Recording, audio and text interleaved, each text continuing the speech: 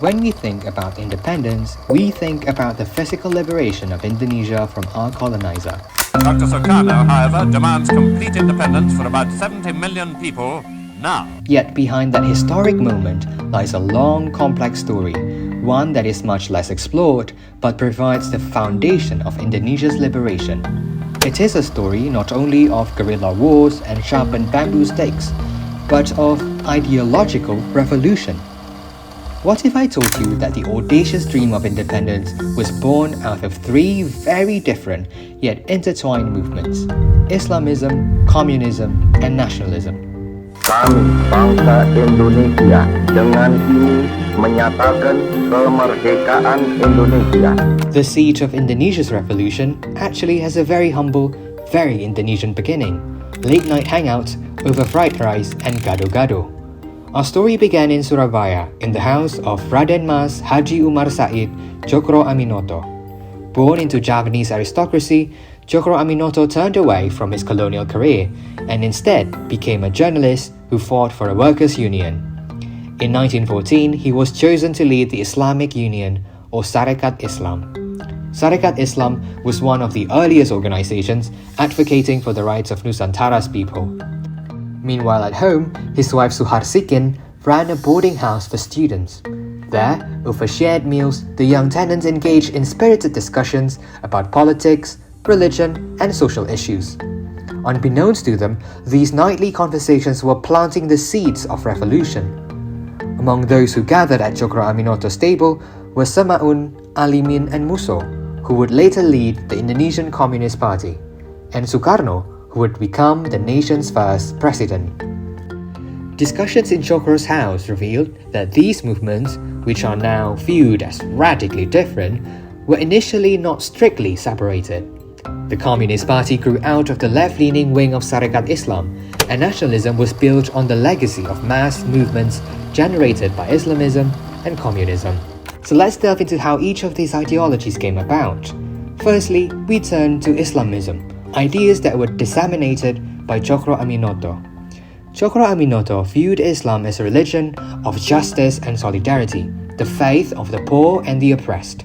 His message resonated with many Indonesians who were suffering and deprived of basic respect under the colonial regime. Under his leadership, Sarekat Islam transformed into a vast mass movement beyond the shores of Java.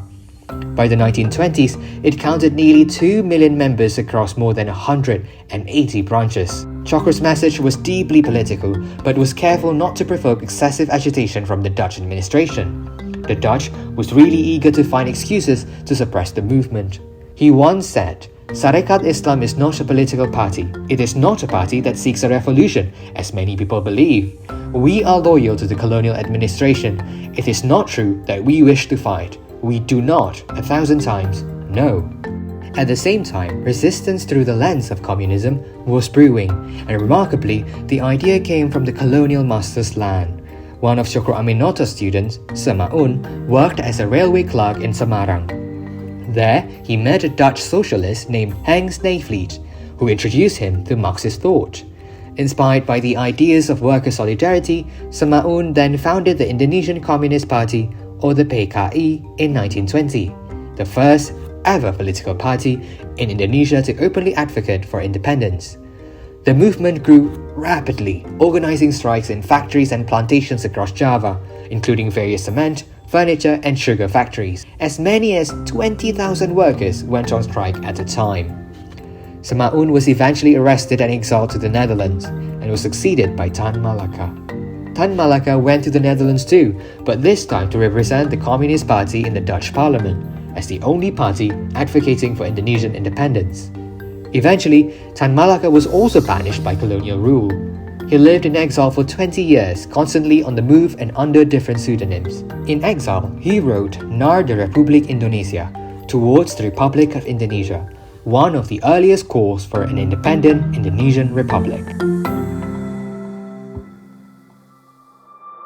After Semaun and Tan Malaka's exile, leadership of the PKI passed to Musso and Alimin. On Christmas Day of 1925, they prepared an armed revolt to overthrow the colonial government. Tan Malaka, observing from exile, warned that the uprising was premature. His warning came too late.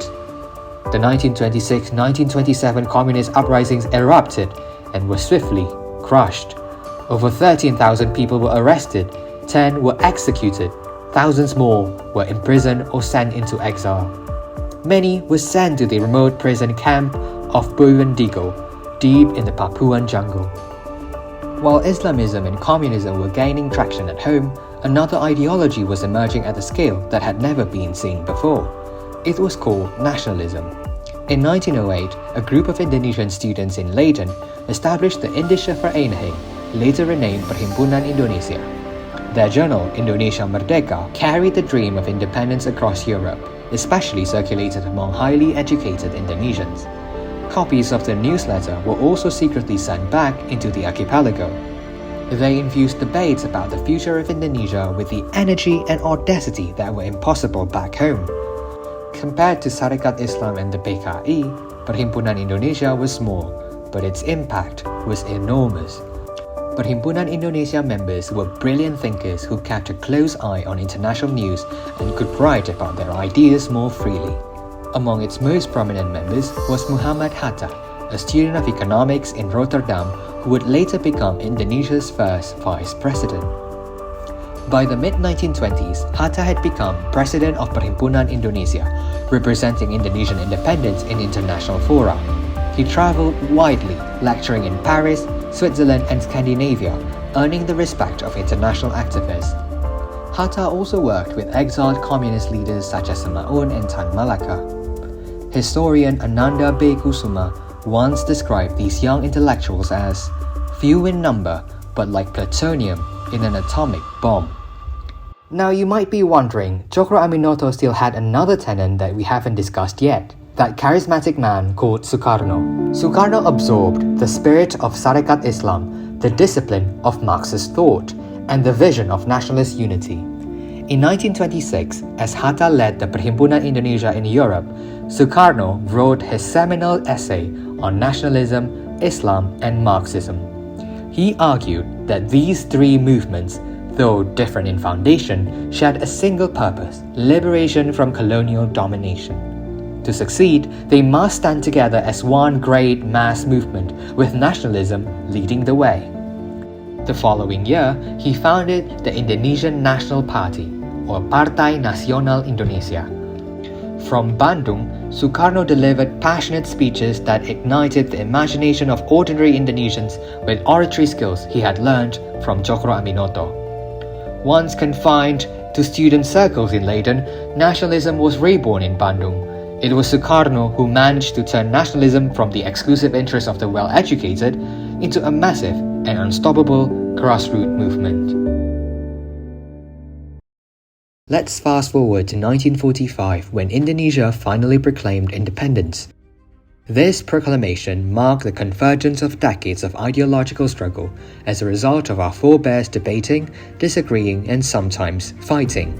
Yet they did it all for the sole reason of freedom. One thing for sure, we should never ever forget the struggle that made us who we are today. In his final Independence Day speech in 1966, Sukarno reminded the nation, "Never forget history. And from that history, there are several things that we can learn."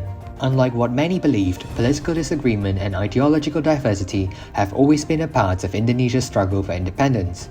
Yet, when it came to the nation's interest, our founding fathers were willing to engage in civil conversations, often setting aside their differences to work for a common goal. We should never take our independence for granted. They have fought for Indonesia's independence, and now it is up to us to defend it. Another lesson is to have the courage to fight for what we believe in, even when people might perceive us as young or inexperienced. All three pillars of anti-colonial movements were spearheaded by audacious young people, yet this audacity also must be accompanied by humility and patience, not acting rashly, learning from what happened in the communist revolts of 1926-1927. Like it was mentioned in the beginning of this video, these three ideologies are indeed distinct, both inherently as well as the way it made breakthroughs to challenge colonialism. The bottom line is, nobody can take the role of everybody. They complement each other's weaknesses with their strengths. Each has a role to play for a greater purpose. never discredit each other's contribution as less important because in the grand scheme of things, we never know where our ripples may lead. Indonesia's freedom was not inherited. It was imagined, fought for, and earned. It was born from the collision of belief and ideology, from faith, justice, and intellect, converging into a single word that unites them all. Merdeka.